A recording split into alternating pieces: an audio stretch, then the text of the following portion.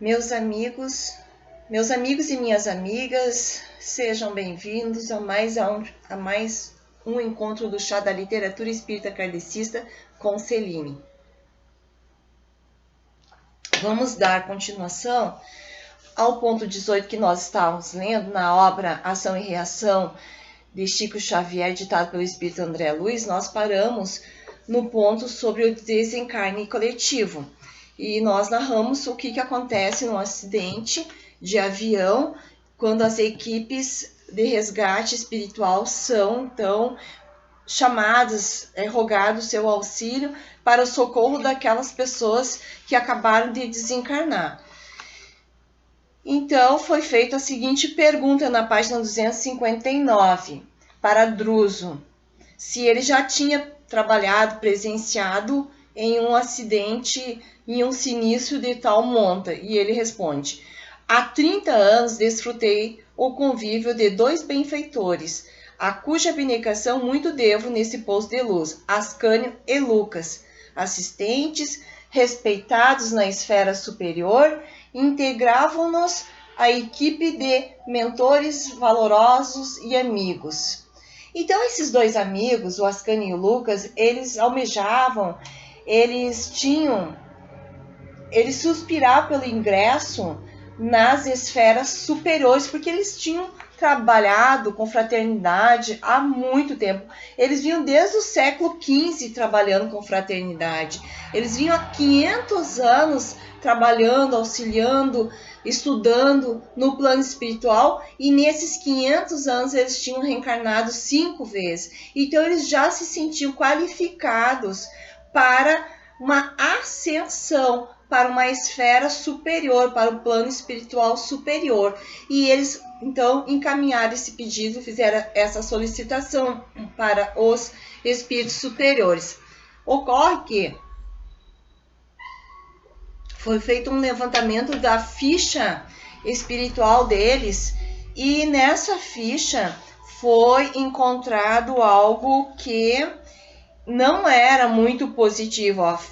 Diversas fichas de observação foram extraídas do campo mnemônico, ou seja, eles vão na memória, né, na mente da pessoa desencarnada, no seu histórico, né, no seu antecedente, a sua ficha criminal, estou brincando, na sua ficha mental, para verificar tudo que foi feito, tudo que aconteceu nas suas várias existências. E lá no século XV, em pleno exército de Joana d'Arc, os dois tinham sido colegas no exército, e almejando então cargos e honrarias, eles não hesitaram em assassinar 2 companheiros, precipitando-os do alto de uma fortaleza no território de Gatinais, sobre fossos imundos, embriagando-se nas honrarias que lhes valeram mais tarde torturantes remorsos além do sepulcro. Ou seja, eles descobriram então que eles precisavam, e eles se ofereceram, e eles tiveram o privilégio de optar como seria essa prova que eles teriam que passar. Por que eles tiveram essa condição, esse privilégio de optar? Porque muito eles trabalharam na esfera espiritual, muito eles trabalharam, se dedicaram, socorreram, auxiliaram, estudaram. Então eles eram merecedores, eles tinham um mérito, o mérito de optar de como eles queriam que fosse essa prova. E eles optaram então também por um acidente aéreo. Eles fizeram parte da força aérea, e eles passaram, então, eles solicitaram que eles também desencarnassem através de um acidente aéreo. Já que eles haviam jogado 2 companheiros do alto de um precipício, eles também queriam ter uma queda, e eles optaram por passar por isso, por reencarnar e sofrer esse acidente. E depois de desencarnados, então, eles já estariam aptos a seguir na evolução, na ascensão espiritual. Então, a gente vai ver que o Druso diz o seguinte: nem todos, disse Druso convicto, nem todos poderiam optar, né, escolher o gênero de prova, nem todos. Aqueles que possuíam grandes créditos morais, no qual acontecia aos benfeitores a que me reportam, dispunham desse direito. Assim é que há muitos vi habilitantes para sofrer a morte violenta em favor do progresso da aeronáutica e da engenharia, da navegação marítima e dos transportes terrestres, da ciência médica e da indústria em geral, verificando, no entanto, que a maioria, por força dos débitos contraídos e consoante os ditames da própria consciência, não alcançava semelhante prerrogativa de escolher, né, de optar a prova, cabendo-lhe aceitar sem discutir amargas provas na infância, na mocidade ou na velhice, em acidentes diversos, desde a mutilação primária até a morte, de modo a redimir-se de faltas graves. E aí é questionado, e os pais dessas pessoas? Aí Druzio explica.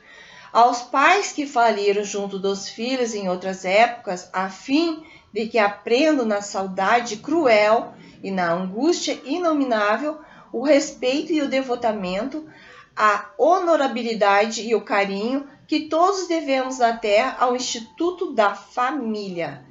Todos devemos na terra, ou seja, encarnados, o respeito.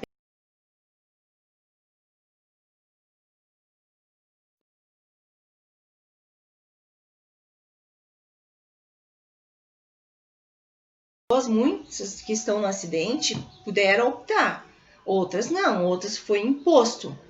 Né? E todas elas tinham mais ou menos a mesma causa de resgate, né?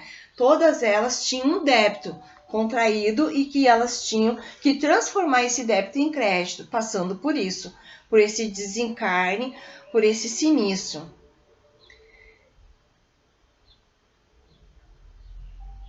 Isso quer dizer que ninguém se eleva ao céu sem quitação com a Terra? Sem quitação com as dívidas aqui no planeta Terra? O interlocutor sorriu e completou, ou seja, Druzio, né?